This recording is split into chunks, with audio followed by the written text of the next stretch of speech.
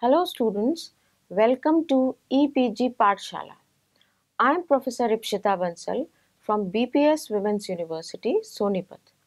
Today we are going to talk about the module Psychological and Cultural Dimensions in Business Communication from the paper Business Communication. By the end of this module, students will be able to understand the psychological dimensions in communication, will be able to know the different communication styles used cross-culturally, and will be able to learn what preparations are required for communicating across cultures. So let's have an introduction. Psychological and cultural dimensions may lead to challenges in communication. The approach of solving problems and participation in groups and communities is influenced by different psychological and cultural dimensions. In different geographical regions, cultures may be different. If a person changes a region and economic status, he may shift to another culture. Psychological factors affect not only cross-culturally but even in same cultures while communicating. The ways in which various societies relate to each other to interact and understand views affect communication. Communication is the basis of all interactions. Psychologists have suggested that communication is directly related to our perception of external information as we identify the object and react to it according to our past experiences through communication. Psychological dimensions of communication include various aspects that are selective perception, personality and communication, the self in communication, confirmation and disconfirmation, emotions and communication, emotional intelligence, and communication temperament. Let's take the first one, selective perception. The term selective perception denotes that people see what they want to see and hear, that is, they understand and mold the information according to their expectations. Based on their perception of the listeners or receivers, the senders draft and deliver their communication messages. This aspect of selective perception is governed by family background, physical and personality characteristics, experiences, cultural differences, etc. The second one is personality and communication. The famous 19th century psychologist William James described personality as master of mental functions. The aspect of personality has a close link with communication as it is related to the way we receive messages and respond through communicating. Personality as a psychological dimension is equally influential part of a person. It aids the skill of communication and attracts the audience to listen with much interest. As we can see in the diagram, that even though two individuals might be a part of the same culture, but they might be having very different personalities. In the first figure, the individual is more extrovert, outgoing. In the second figure, although the second individual is in the same culture, the personality is more introvert, that is, ingoing. Person is not able to talk and relate much to the people. So when these two types of individuals have to communicate with each other, then this results in communication problems. Another aspect of psychology and communication is the self in communication. The self is the most important aspect of interpersonal communication. Who we are, how we see ourselves, how others see us, or what responses we get from others matter a lot. These responses shape us in many ways with the effect of how others see us.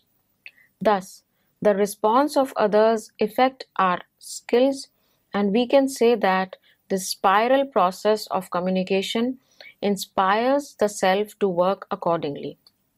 Cooley, as quoted in Bhatnagar 2012, developed the concept of looking glass self as the process of imagining how the self appears to be for another person. The concept of self is but the reflection from the mind of others. The concept of self develops through interpersonal communication. It is also maintained and changed through communication. Let's talk about confirmation and disconfirmation. Communication with others is a basic human need, for it is through communication only that relationships are formed, maintained, and expressed. The persons involved in communication process are benefited by the information passed if the conversation is direct, open, clear, and relevant.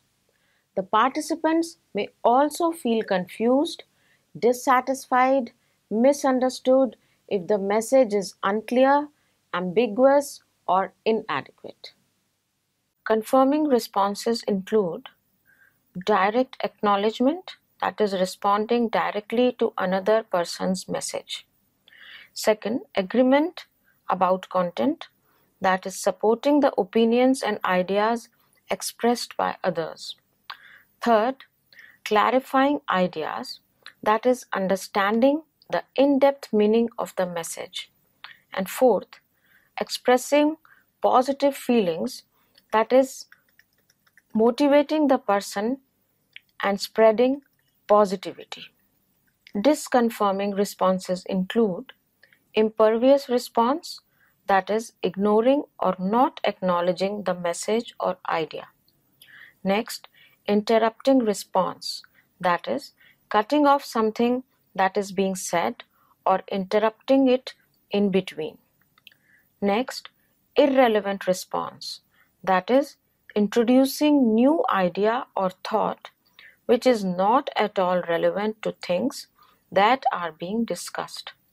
And last, incoherent response, that is, using unclear words or incomplete sentences or rephrasing a lot that the idea is lost.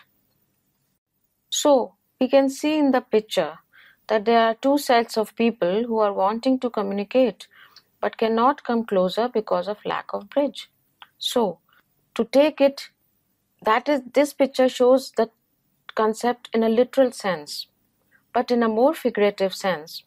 Couldn't we communicate better if we built a bridge? Now, let's talk about emotions and communication. Emotions play a vital role in any conversation.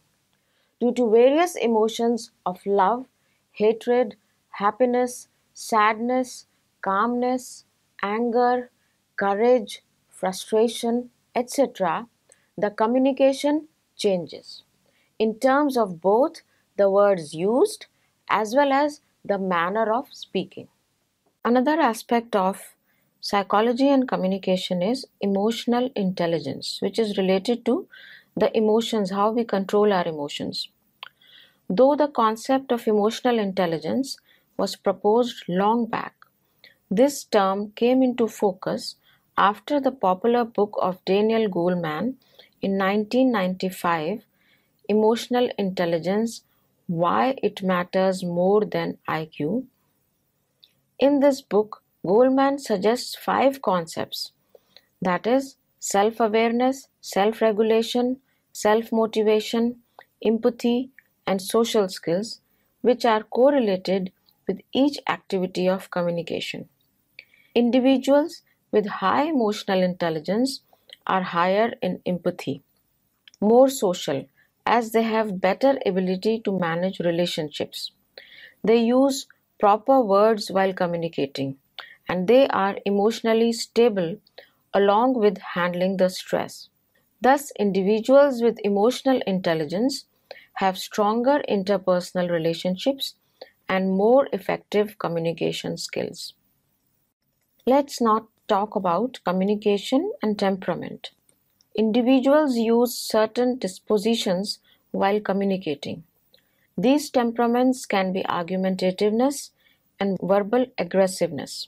Argumentativeness is considered the constructive temperament as it involves an individual who attack on the arguments of others while protecting his or her own argument.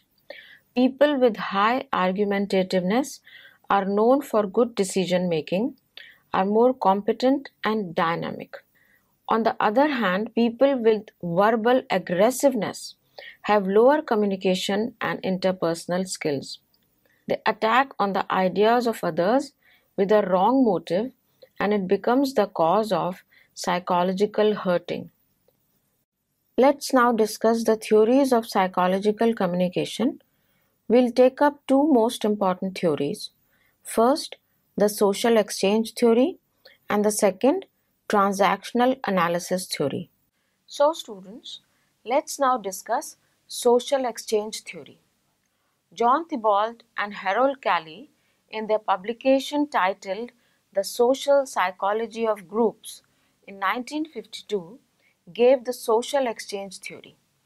Social psychology and communications theory explains that in today's era, each individual tries to measure the costs, benefits, and rewards at various situations. Every person tries to minimize costs and maximize returns and rewards. They try to work less and get more. This approach forms the basis of developing a relationship with someone on the apparent outcomes.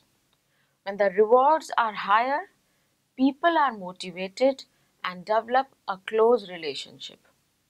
For instance, Seema was a brilliant management graduate.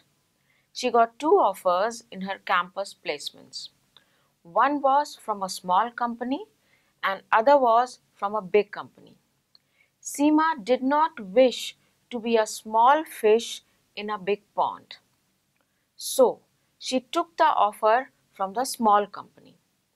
However, after a couple of years, she noticed that working with a small firm had not given her the practical exposure at all. She had grown at a snail's pace and she had not been able to handle big projects. So, she went to her manager and threatened to resign from the job. The manager, however, convinced her to stay back. Seema remained with the company and was given a more important profile with more rewards. The main aspect of this theory is that the relationship between individuals is often on the basis of its outcome. Managers working at every organization need to respect this thing. Even the relationship with superiors or subordinates is based on the results. However, this theory faces criticism, the main one being that relationships are made through the way of communication with others and not always on the basis of outcomes. Now let's discuss transactional analysis theory. Conflict is a psychological aspect that arises due to the difference in opinion or due to the gap in communication while we interact with our colleagues, boss, or managers. The transactional analysis theory was developed by Dr. Eric Berne. It is based on two notions. A human being has ego states attached to his or her personality. Second, these ego states talk to each other as transactions or dealings. Due to the ego of individuals, the problems arise and lead to misunderstandings during communication. And therefore, people deal with each other for finding solutions to the problems or conflicting situations. This theory talks about three ego states as explained in the diagram. The three ego states in an individual, as is shown in the diagram, are parent, adult, Child.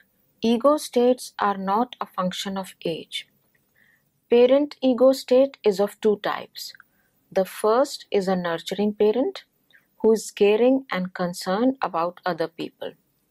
The second is the critical parent who wants his or her child to do as told. The second ego state, adult, is the rational person within us who is reasonable and assertive but avoids aggressiveness. The third ego state is that of child. The child is open and a person who is willing to try new things. The child tries to change his or her situation by rebelling. Ego states are not a function of age. A person may be at the same or different ego states during the same conversation. Complementary transactions. Complementary transactions occur when both persons engaged in a conversation are at the same ego level. Transactions are also complementary when, for example, the child ego state of an individual sends a message to the parent ego state of the other person, or receiver of the message, and the receiver of the message responds from his parent ego state to the child ego state of the sender, as is shown in the diagram. In such cases, communication is effective. Complementary transactions takes place when the sender's message and receiver's response move parallel to each other across their ego states. When the communication becomes crossed, the communication is not effective. For example, the child ego state of a person sends a message to the parent ego state of the receiver, but the adult ego state responds to the receivers respond to the adult ego state of the sender. This diagram shows more examples of complementary transactions. As we can see that communication is taking place between parent to child and child to parent, and between adult to adult, etc. Cross transactions. When the communication becomes a cross transaction, the communication is not effective. For example, when the child ego state of a person sends a message to the parent ego state of the receiver, but the adult ego state responds to the receiver's adult ego state, the transaction will be crossed, as we can see in the diagram. So, the communication will not be effective. In a professional scenario, the most effective transactions would be to adopt the mature adult to adult transactions. This will enable effective communication and the work to be completed in a proper manner. So, for building good relationships at workplace, it is essential for the manager to communicate with the colleagues or subordinates at their level of ego. If the transaction gets crossed, conflict arises. If one wishes to have a rational conversation, it is necessary to move to the adult level conversation. Sometimes it is even required for the manager to change gears according to the situation. If the subordinates comes to him with irrational terms, then he needs to handle it as parent. Or it could be a case where the person in front of him is a child ego state, and though the complementary communication will be in responding from a parent ego state, but in a professional setting, this may not be the most effective way to get the work done. So, one needs to respond from the adult state. Also, what types of transactions are permissible in a professional setting may depend on the culture of the organization or the geographical area. Now, students, let's talk about cultural dimensions in communication. Communication is not only about substance and style, but the cultural dimension is also very important with respect to communication, which is often ignored. Learning cross cultural communication helps to understand how people from different cultural backgrounds communicate. It also facilitates in communicating in an effective manner across various cultures. The manner in which people communicate varies a lot between different cultures and even in the same culture. As we can see in the diagram, that a gentleman has to balance the Western as well as the Indian cultural patterns of communication, which is being depicted as the way he is dressing up in the picture. So, let's now talk about language usage in cross-cultural communication. First is learn new words of other languages. If a person is talking to someone who belongs to Germany or France, it would be helpful to learn some important German words to easily connect with that person. While talking about language usage in cross-cultural communication, we have to keep in mind the following things. Avoid abbreviations. All abbreviations are not universally known. For example, the abbreviation IAS is widely known in India as Indian Administrative Services, but it not might be understood by a person from another country. Second, avoid complex words. As a word may not have similar meaning across the globe. For example, biscuit even means a cookie in many places, and the word cookie has various different meanings. Thus, it is better to avoid these words.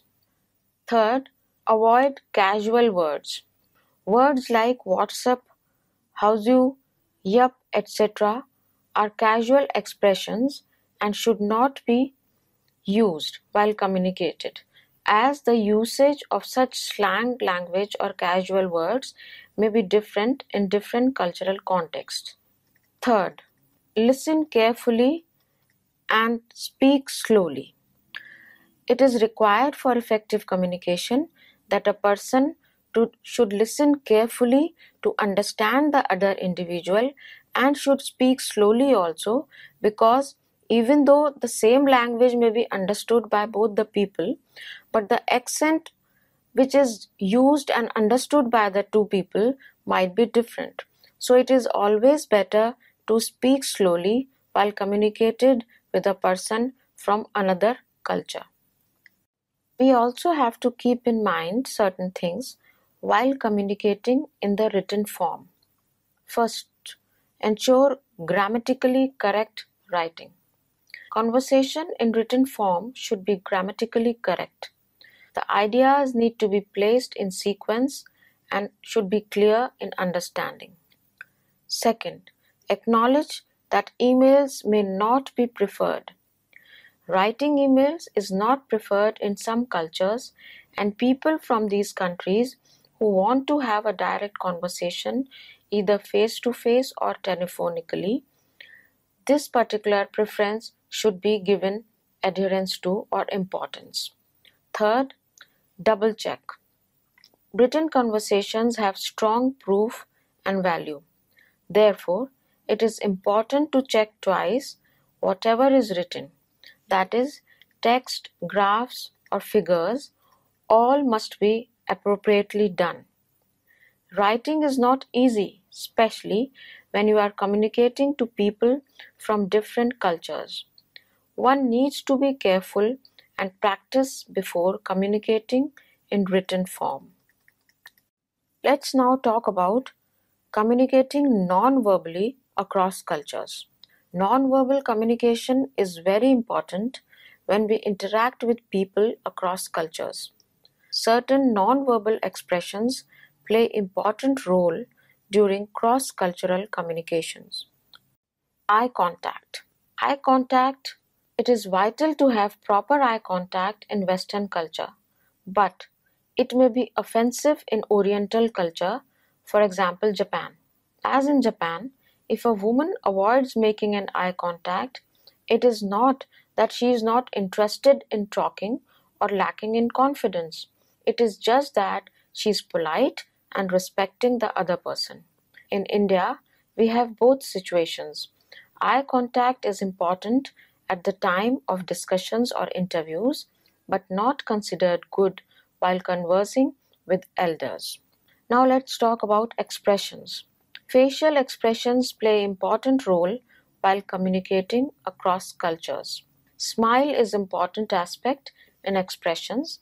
While in some cultures people constantly maintain smile on their faces, and in other cultures they smile occasionally or only with a good reason. Researchers determined Dutch people pay attention to the facial expressions more than Japanese people do. On the other hand, Japanese people express emotion in the tone of voice, not in the face. They found that Japanese participants paid attention to the voice more than Dutch people did, even when they are instructed to judge the emotion by the faces and to ignore the voice. Let's now understand the importance of gestures in non-verbal communication. Gestures are needed to be observed very carefully. For examples, forming a circle with fingers denote a sign of OK, which means all is right in US and UK, but means nothing in France, as it just has the additional meaning of zero or worthlessness. In Russia, it means zero, in Japan, it means money, and in Brazil, it is an insult. So, gestures should be used very carefully while we are communicating cross culturally. The concept of time also differs across cultures. For example, there can be two concepts of time: monochronic concept and polychronic concept.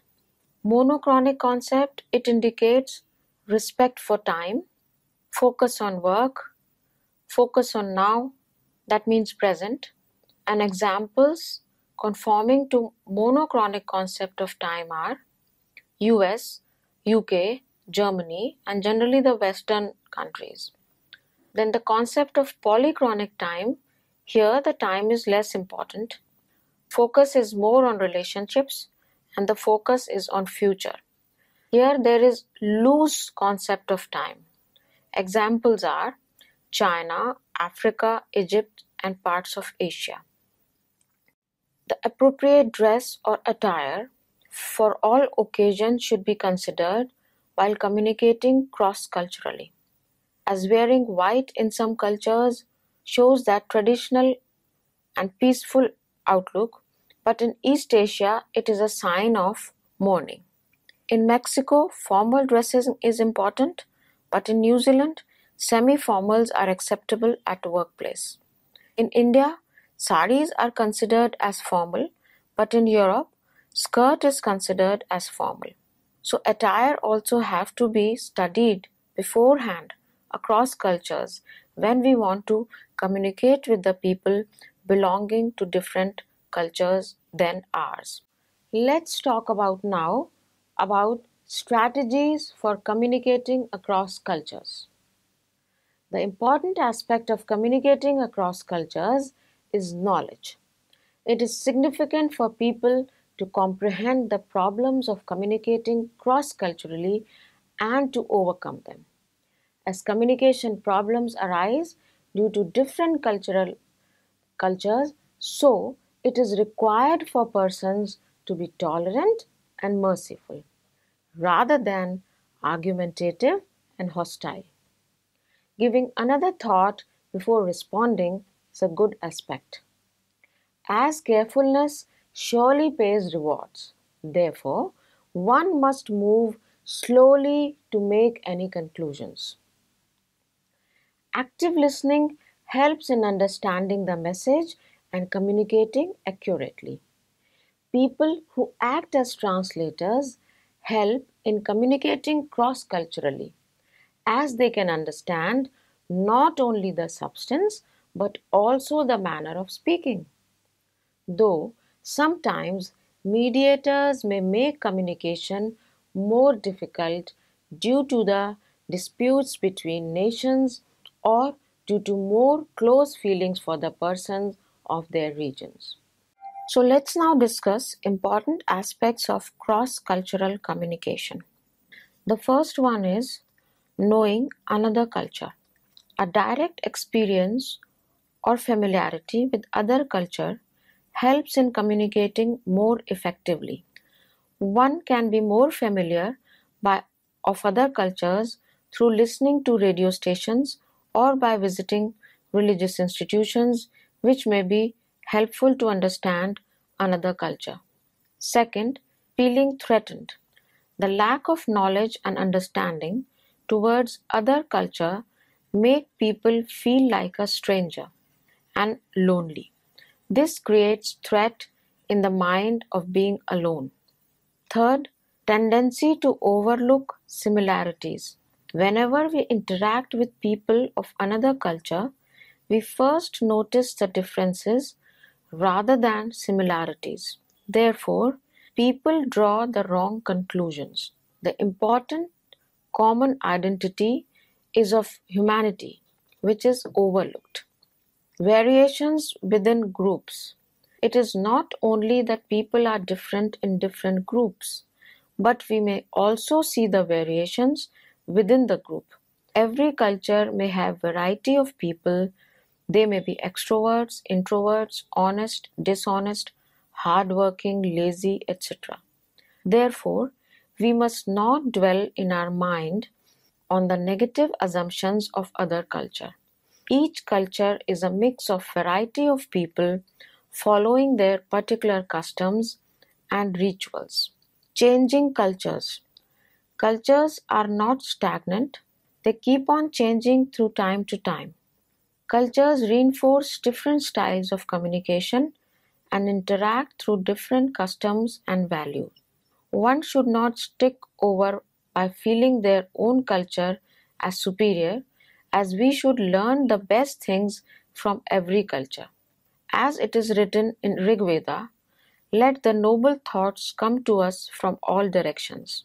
Therefore, individuals who bridge the gap between cultures are the pioneers for making the world as a global family. Hence, to have a better cross-cultural communication, one must read about the people and culture before making a deal with them for working with them. Talk to people and ask about their experiences who have already visited different countries with different cultures. Be a patient listener. Observe. Learn how about to speak and what to speak. Get cross-culture communication tips from some expert. Now let's talk about how to manage global teams. Today, the world has become a global village, and so businesses have also gone global. People working in some company need to deal with many other people from different cultures, and so sometimes it seems difficult to manage things. The factors affecting the management of global teams are ethnocentrism, motivating people, different time zones, and lack of proximity. The factors affecting the management of global teams are: first, ethnocentrism. It talks about that the culture and values of some countries are superior to another. A person from America may be aggressive, but an Indian may not be. Deadlines may be considered very important in some countries, but may not be in other countries.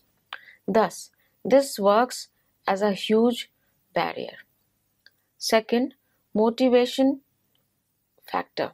Difficulty seems in motivating different people, as people from Japan would be motivated by non-monetary rewards, but people from America may be motivated by monetary rewards only.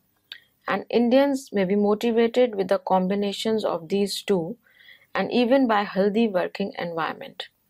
This may not be true in all the aspects or in every situations, but if people perceive the culture of the other nations in this manner, then it might result in faulty communication. Differing time zones. The time zone varies from country to country, and so the organizations going globally need to adjust according to the different time zones. This sometimes leads to frustration for people as they need to stay back till late at night or need to arrive too early in the morning so that their shifts may coincide with the working hours of another country. Then lack of proximity. As a team member of a single project are scattered, it is difficult for them to meet and discuss things face to face due to budget constraints. At that time, it becomes challenging to keep people motivated to work. But the regular interaction over video conferences can overcome this problem. Managing global teams and working in global teams is quite similar to work in home country teams. There is bit complexity in it, but things even become smooth if we understand basic requirements before working cross-culturally. Working cross-culturally makes the world a single entity. It minimizes differences and strengthens the relationships. Let's now talk about preparations and tips for effective cross-cultural communication. The first thing to take consideration of is learning the starting and ending of conversation. It is vital to be aware of whom, how, and when to address, as some ways of beginning and concluding the conversations seem rude and even disrespectful in certain situations. Therefore, before communicating cross-culturally, one must learn the modes of salutation according to age or social standing and even the acceptable ways to conclude gracefully in a particular culture. Second, interruptions. Interrupting someone during conversation in some cultures is considered the faulty conversational style, as many people from America and North Europe may mistakenly consider this kind of conversation for being argumentative, aggressive, and unfriendly. Silence. Use of silence in some forms of communication is necessary as it is a symbol of thoughtfulness and keeping the statement or views. But in West, 20 seconds of silence during the professional conversation is considered too long and may be perceived as hostility. Next is length of conversation. It is again vital to know how much to say, as at some places wrapping the conversation in few sentences is appreciated, and somewhere it is necessary to explain it in detail. The subject or the topic of conversation and the social or public area influence that how long a speech is appropriate. In monochronic time cultures, as in US and Europe, the workplace conversations are precise and to the point, whereas in polychronic time cultures, the conversations are longer and relaxed. Next aspect to be considered is slow speech. Even when English is the common language in a cross-cultural situation, this does not mean that we should speak at normal speed. Speak slowly and speak clearly with correct pronunciation to ensure effective communication. Next is be supportive.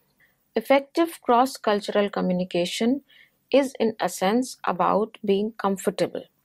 Giving encouragement to those with weak foreign language skills gives them confidence and support and help build trust in both the parties.